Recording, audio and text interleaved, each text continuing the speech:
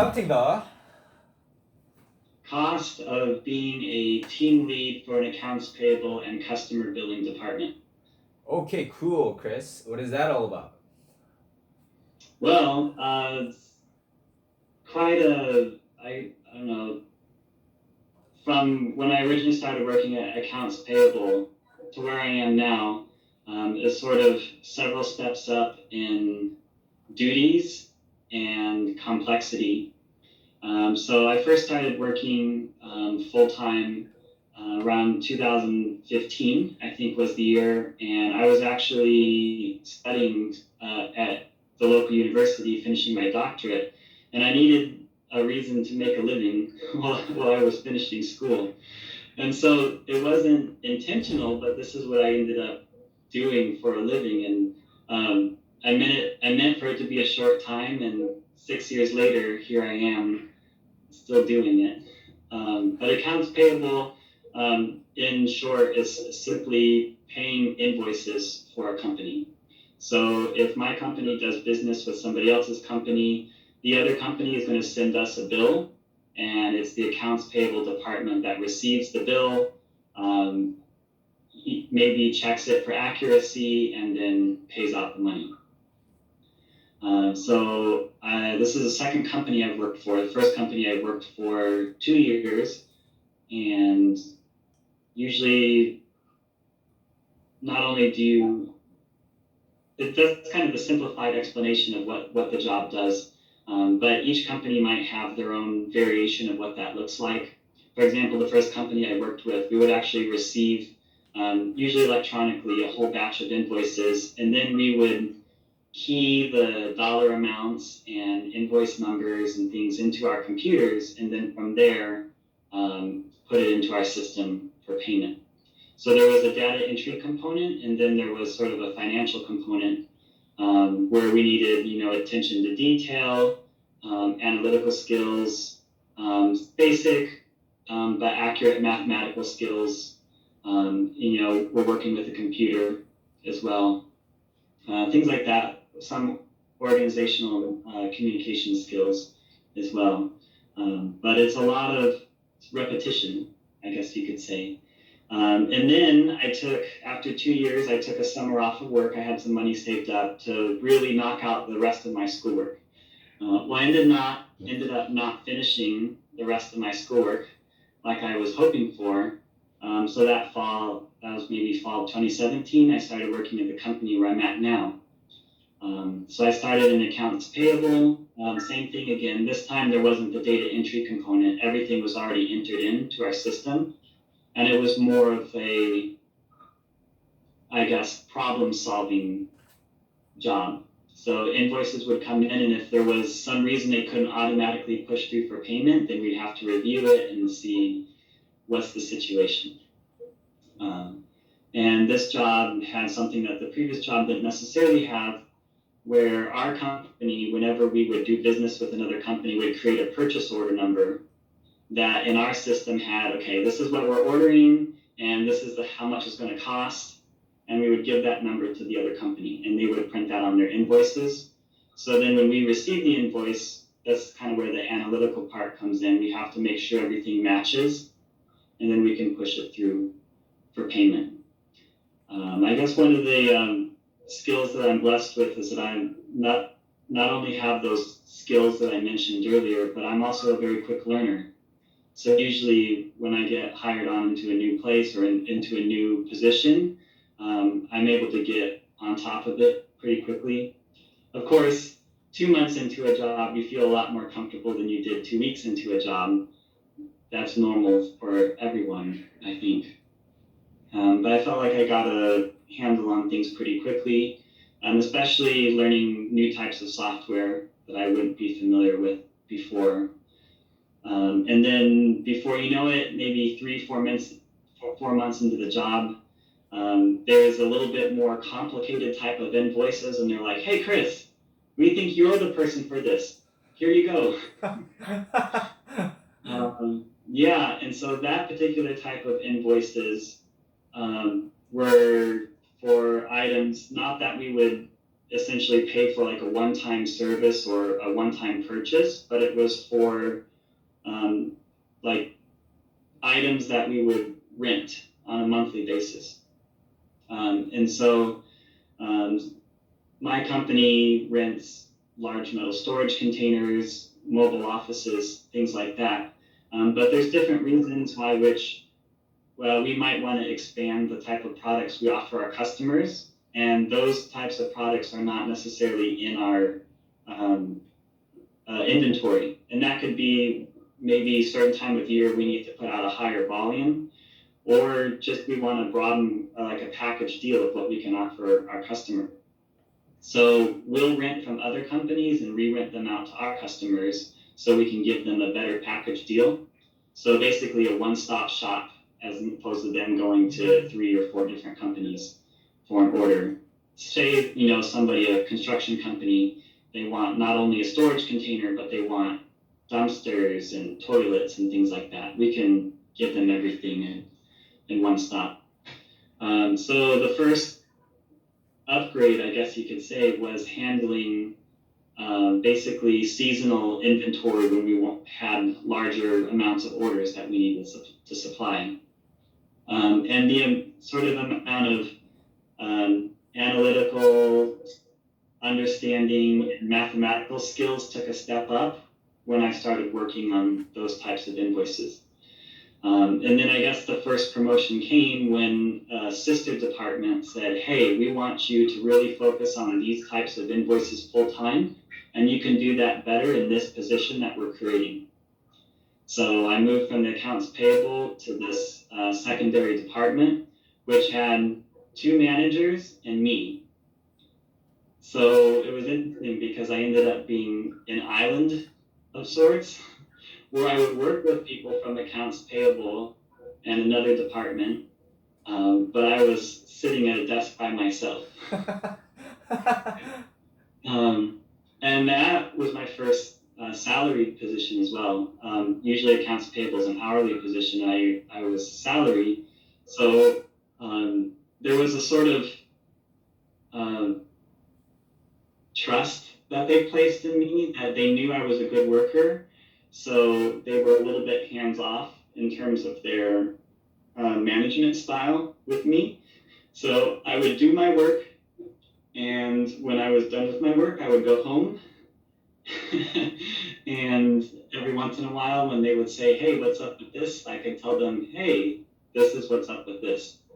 And of course, management style varies greatly. The accounts payable management style that I had dealt with was a little bit more hands-on, not quite micromanaging, but almost close to it.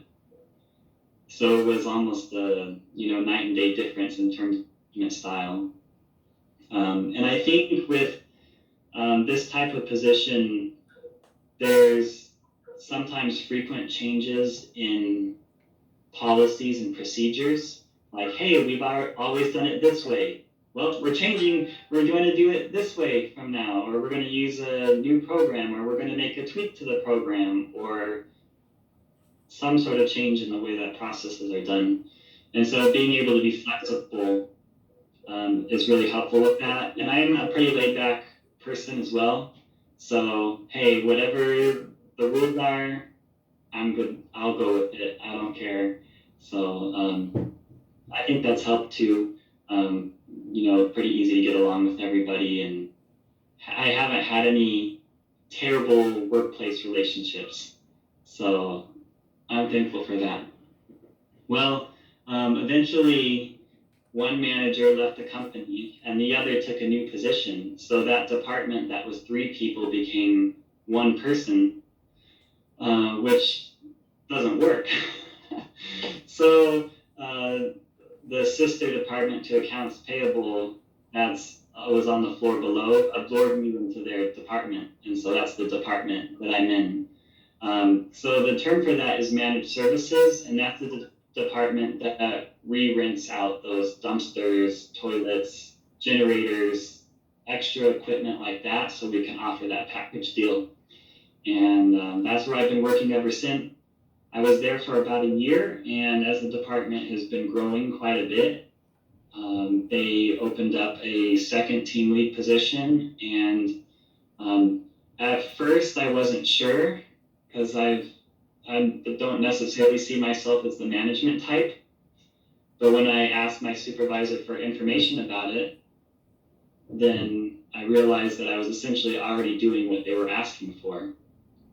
And so I applied and it worked out. And that's where I'm at now. Wow.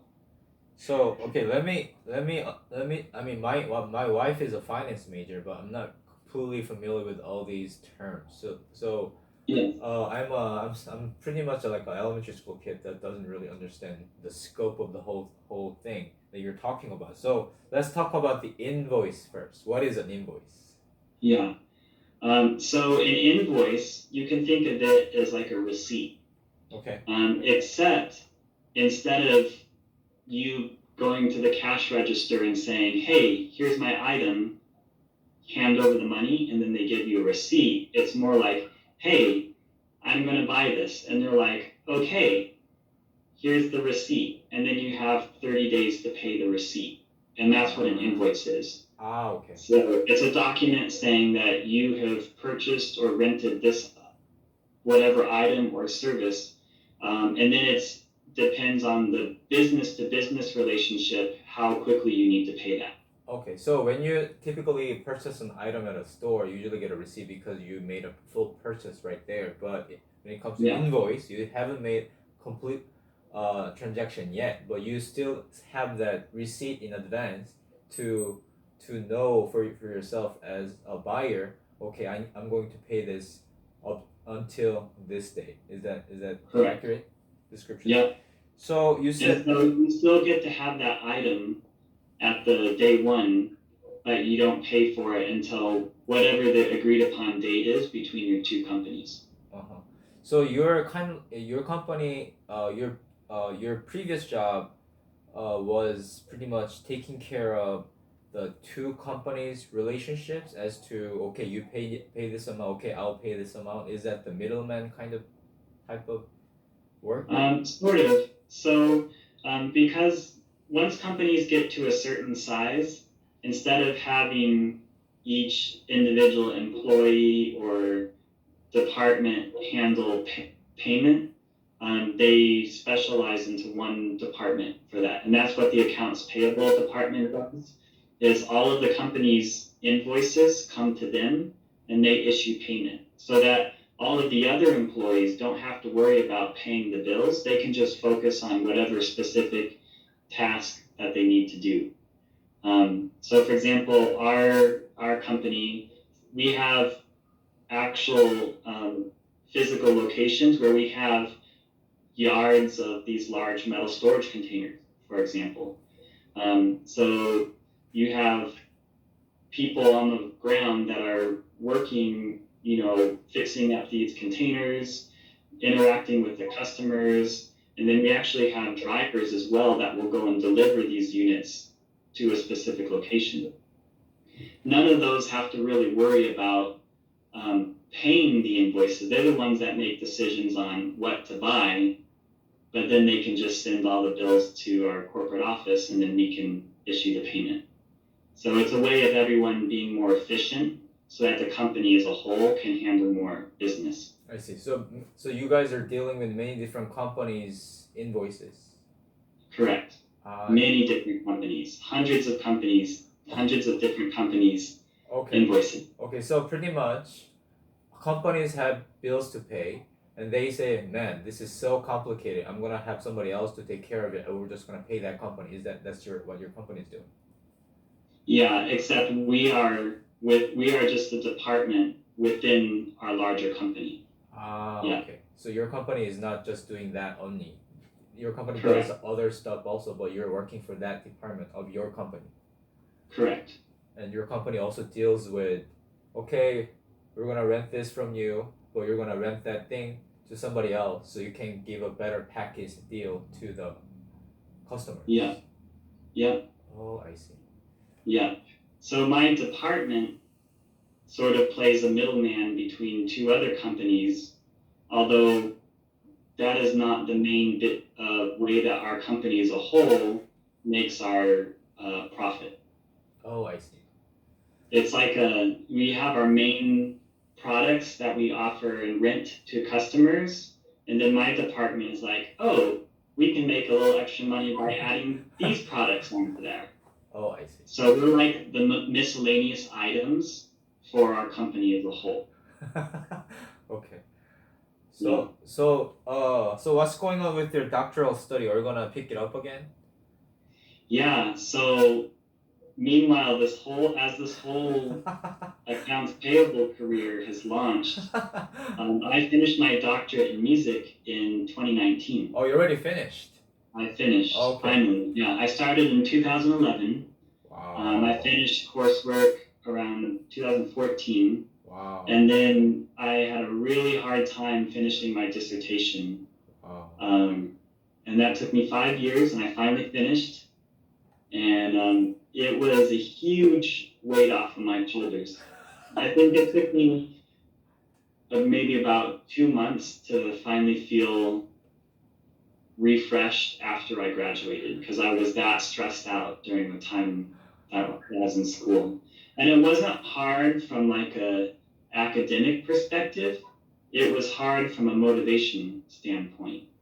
Because I tend to be motivated by grades and deadlines and accountability. Well, I didn't really have any of those when I worked on my dissertation. It was like, okay, here's your projects, come back when it's done. Yeah. And so I've learned that this is a personality thing, that different people have experienced things in their own unique way, but not everyone is motivated the same. So there's some people, when they get to this part of their degree, they're like, oh man, I don't want to pay any more tuition. Boom, they're done. And then there's other people that take until the last possible year until the university kicks them out, and then they finish. Then I didn't come quite to that point, but I came close. 2 more years and they would have kicked me out. Really? Yeah. So 10 years was the limit, and I took 8 years. But I do know that had some colleagues that took the full 10 years. Wow. And then I know some that were in and out in 3, 4, 5 years. So it's each person handles that experience differently. Wow. I mean, I know I'm kind of deviating from our original topic of talking about your job, but I think it's very important for many students that needs to pay the bills and need to make money and then come back and finish their education. So what was the original intention of starting your doctoral degree pursuit, and then So how does that tie into your current job? Yeah. The end goal is to be a university professor, specifically to teach my instrument. So I play trumpet, specifically classical music trumpet. So we study, orchestral music, trumpet music within the context of classical music in general. And so at this point, once I graduated, I finally have the, experience and qualifications to become a professor. But as part of my portfolio, I need to have up-to-date recordings of my playing, so I can, show schools that I'm applying to, this is what I can actually do. Since I'm working full-time and I'm no longer involved in playing with an orchestra on a weekly basis, I play in a part-time orchestra, and prior to the pandemic, we had maybe 4 or 5 concerts a year. I don't play as much as I used to. So I keep thinking, I'm going to make these recordings when I'm ready. Well, 2 years later, and I'm not sure that I've ever become ready. A great week for me is if I can play trumpet 5 days a week. An average week is probably 3 days a week, and that's not good enough. But I'm also very critical of myself. So unless I get back to where I know I'm going to have a high chance of success, I'm very hesitant. So what would be helpful to me at this point is to make some appointments with some teachers of mine to help push me to the point where I can be ready to once again apply and move on to that next step of my career. I see. In the meantime, I'm very thankful to have the job that I have, because outside of academics, the world of performance has not been the same over the last 2 years. That's true. I've only performed twice, 2 or 3 times in the last year and a half, because things have not been the same. Concerts aren't happening. Gatherings are not happening to the same frequency as they used to happen.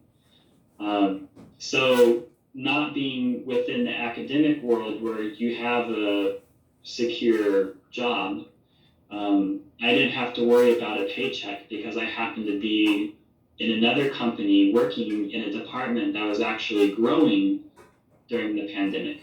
So I was very blessed, very thankful that I had job security over 2020 until now.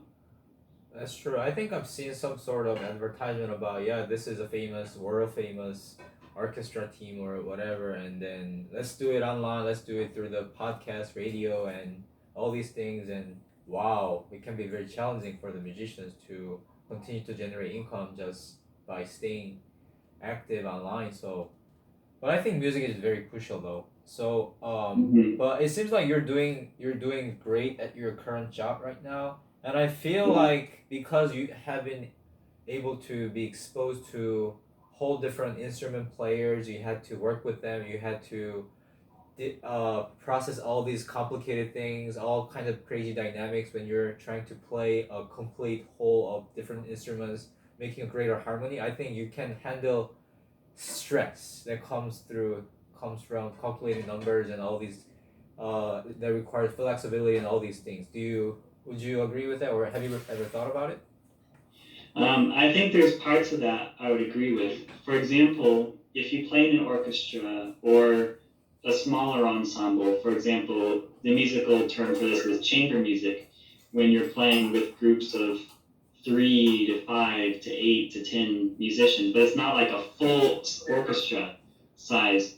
But it's teamwork and it's communication and it's cooperation. And all of those are very useful skills when you're in a professional environment.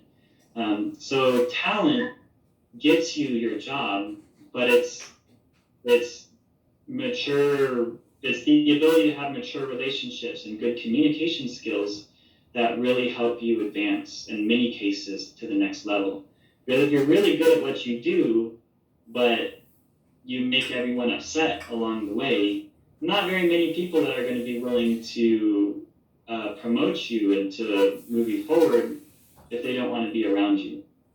So being able to foster good communication and good relationships is a huge plus, and I think in almost any workplace environment. Yeah, if you're just used to doing solo all the time, if you can just excel just doing everything by yourself, it may be very challenging to work with other people, but you have worked with other people, so now you seems to be excelling in doing that. And also music is something very beautiful. It's not supposed to be disgusting or nasty or creating some sort of disharmony. So I guess you're creating your own music in a sense by working with other people. Harmonious. Yeah.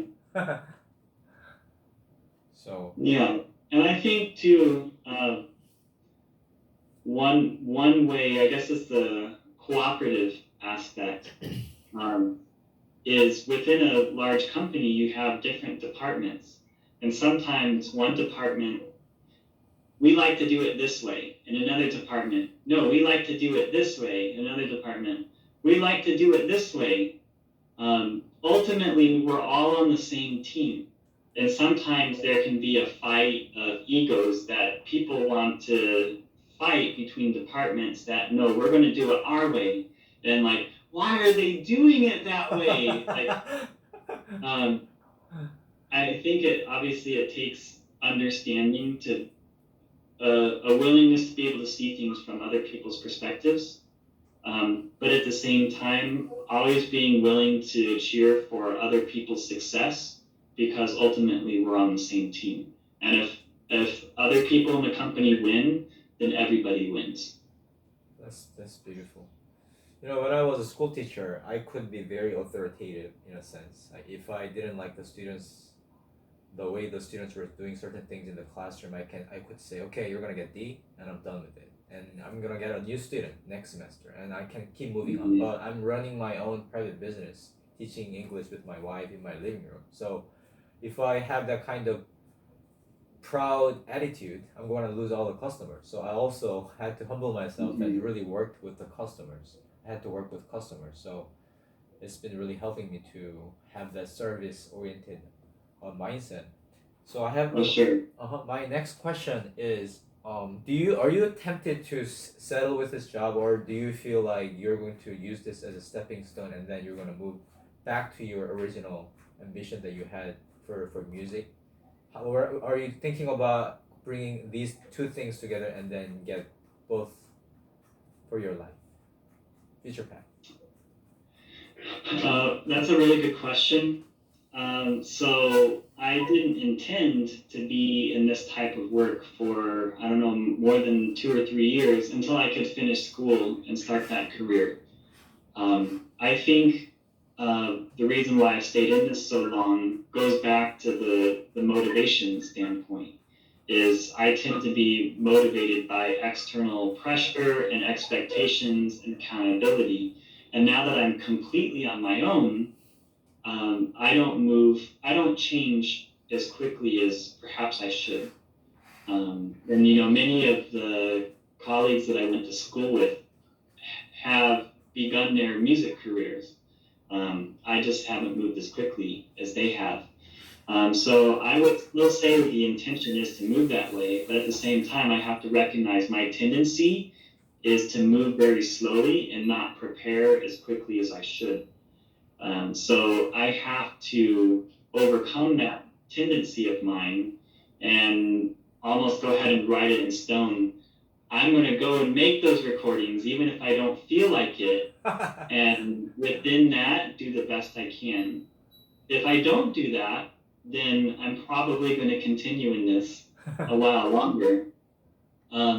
Because I'm still very blessed to have this job, and it does pay my bills. So from a financial perspective, there's not, unless I were to completely switch fields completely, I'm content where I'm at. So it's an interesting perspective of, yes, I went to school for something else, and I very much enjoy that something else. But it's dealing with my own tendencies and how I'm motivated. And eventually I'm going to have to make a decision. I'm going to go for it, or you know what? I think I've been in this for so long that I might as well just continue where I'm at. In terms of using the financial things I've learned from this job, I don't see myself being entrepreneurial, where like, oh, I'm going to start my own business and say I'm going to be a full-time music teacher where I report to me and I handle all of my finances because I know the financial principles, that kind of thing. I think I'd be better working for somebody else. Okay. Even though I do teach a handful of, private lessons to music students. Okay. On the side. But I think it's going to have to be full-time music or full-time the current career that I have. I see. Right now, I'm kind of riding the fence where I do music part-time, and sometimes it's a lot because not only am I working a full-time job, but I have maybe 3 or 4 students that I teach during the week, and I have to play trumpet on a regular basis. Wow. And that can be a lot. So just the life skill that I've had to develop during this time of my life is boundaries and the ability to say no to additional students, or to maybe church, hey, can you volunteer in this area? Well, that's a good thing to volunteer for, but I don't have time to do that.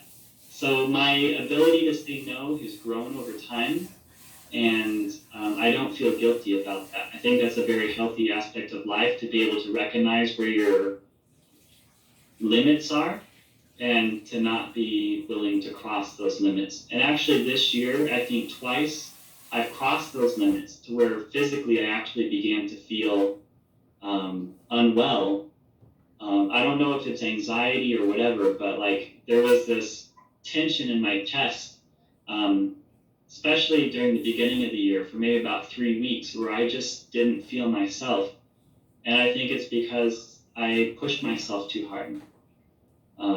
And then also this summer, I did not only tried to keep up work and some of the things in my personal life, but I also tried to take several trips at the same time, vacations. And work was extra stressful during that time. And I just learned that some things are too much for me to handle. And eventually I have to either take breaks, um, unplug from digital devices for at least an hour or two here or there, just to let my mind breathe. And then to also say no to things. And so I feel better now than I did at the beginning of the year, but I still have a very full plate. And at this point in my life, I'm single. I wonder if in the near future, if I do enter into a relationship, will that put me across the line of having too much on my plate again and have to cut down one step further? And if that line happens to then cross into my job plus music worlds, will that force me into a decision? I don't know. And maybe that'll be a good thing. Maybe being forced into a choice will motivate me to move faster than I currently am. I see. Wow, that's very interesting because I also used to work for a school as an employee, and I'm running my own business right now, and income does fluctuate, but I'm entering into a phase where things are becoming more stable, and it's becoming more well known and having a little bit more reputation. So I feel more empowered to be able to manage my own time. But it was definitely very comfortable to work for somebody else because I don't have to worry about the next month paycheck. But it's definitely very thrilling to see what I can improve, what I can change. So definitely running my own thing is definitely risky, but also at the same time very rewarding. And so, do you, at the time of pandemic like this, if the pandemic persists, do you think that the music industry has to switch from traditional setting where you go to the concert and people pay, and then do you see that? Do you see any sort of outlet in that new circumstance?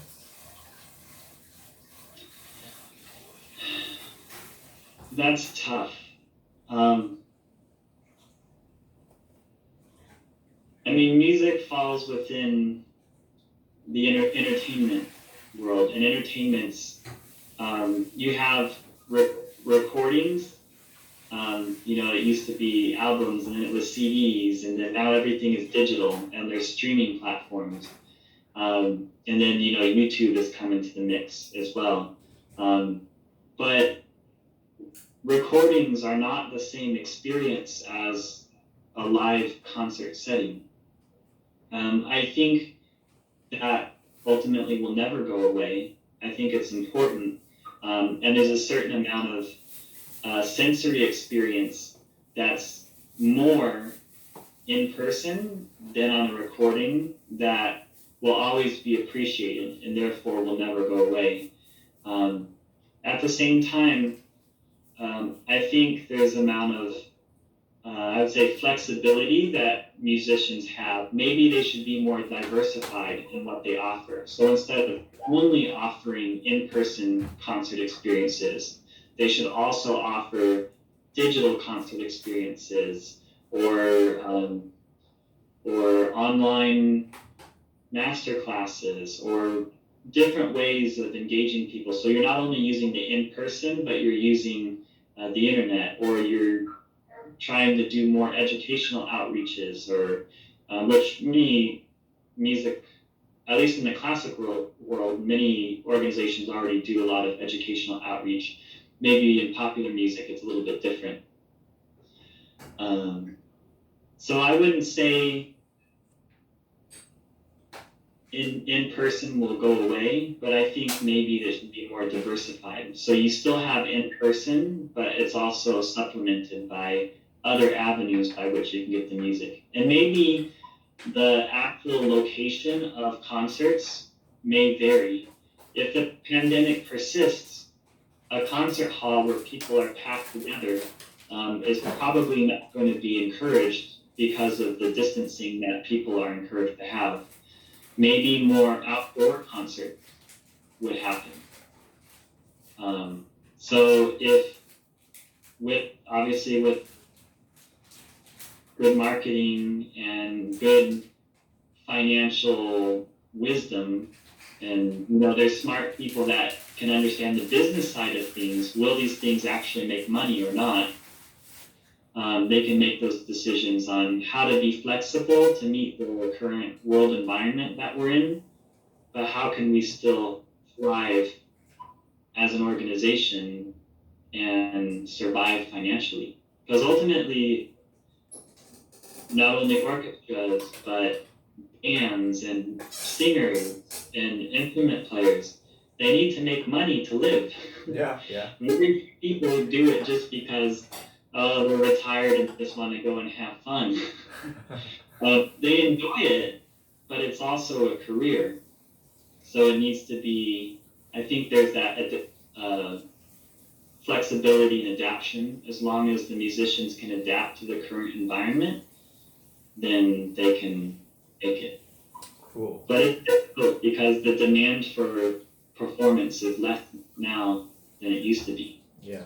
And I know I've met several friends that had to make changes in how they did. I know one friend of mine started learning how to program, and then another friend of mine decided, well, she's going to switch into something medical. They just decided to make career changes because they had to find some way to make a living. And those were ones that were more focused on the performance side of things. Unfortunately, even within the academic world, things are shrinking, where schools are having to cut back on how much money they fund in departments. And so even music programs around the country here in the United States are beginning to be condensed. Wow. And if you're not at a major school that has a lot of funding, then perhaps one position becomes, the two positions become one position. And so you need to have a little bit wider skill set and not be able to just teach trumpet, but teach trumpet and horn. Wow. And trombone and tuba. And music theory. And music history. That type of thing. Wow. I see. Wow, thank you for the insight. I have a last question here. Okay. When I met you at the church 10 years ago at the University of Michigan campus church, I just sensed that you're a people person. You are good with relationships, and I just saw you as a very happy and lively and good person. And at that time, I thought entire America was so diverse. But when I looked around more, I realized how America is extremely segregated in the way people actually hang out with each other. It was a church setting, it was a campus setting, so people are, in a sense, forced or structured or programmed to mingle with different nationalities. But actually, how people spend time with each other is extremely segregated, and the way people talk to each other seems very, very toxic in a sense. They see each other as enemies. If they are different from different cultures, different from parties, political parties, all these things. So, do you think your exposure to diverse environment is helping you with your current job right now in dealing with different personal cultural conflicts?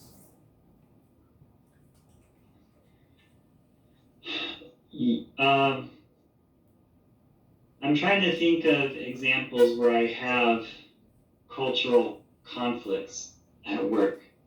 And to be honest, I don't really run into those very often. Okay.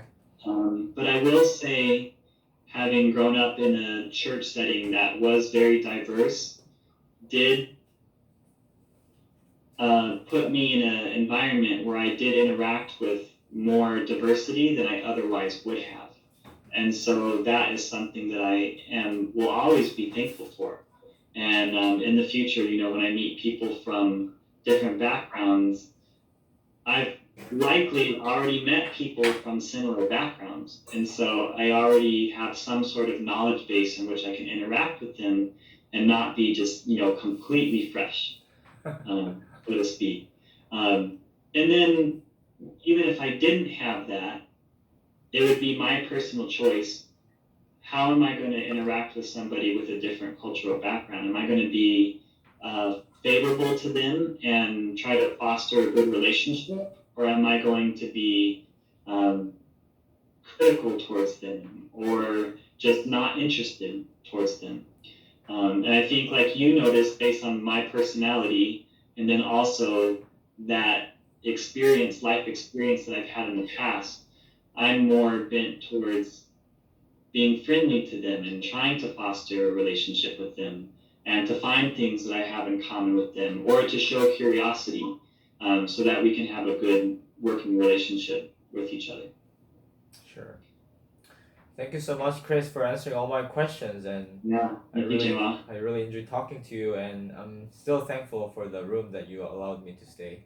And Oh, absolutely. Anytime. If you want to come visit anytime. Even Sure. now, 10 years later, great to see you again. Sure. When you visit Korea, you're also welcome to visit. Well, I appreciate that. Yeah, I appreciate that. hopefully we can catch up again in a few years. Hopefully sooner. Let's not wait a few years. Sure. At least to chat. Sure, we can still talk outside of the interview or just informally. Yeah. Well, I appreciate it, man. Yeah. Good talking. Yeah, I'm very happy to hear that you're doing great at your work and your life is going great. Thank you. Hope you have a good night, and we'll catch up next time. Okay, sounds good. Good chatting with you. Yeah. God bless. Bye, Chris. Bye.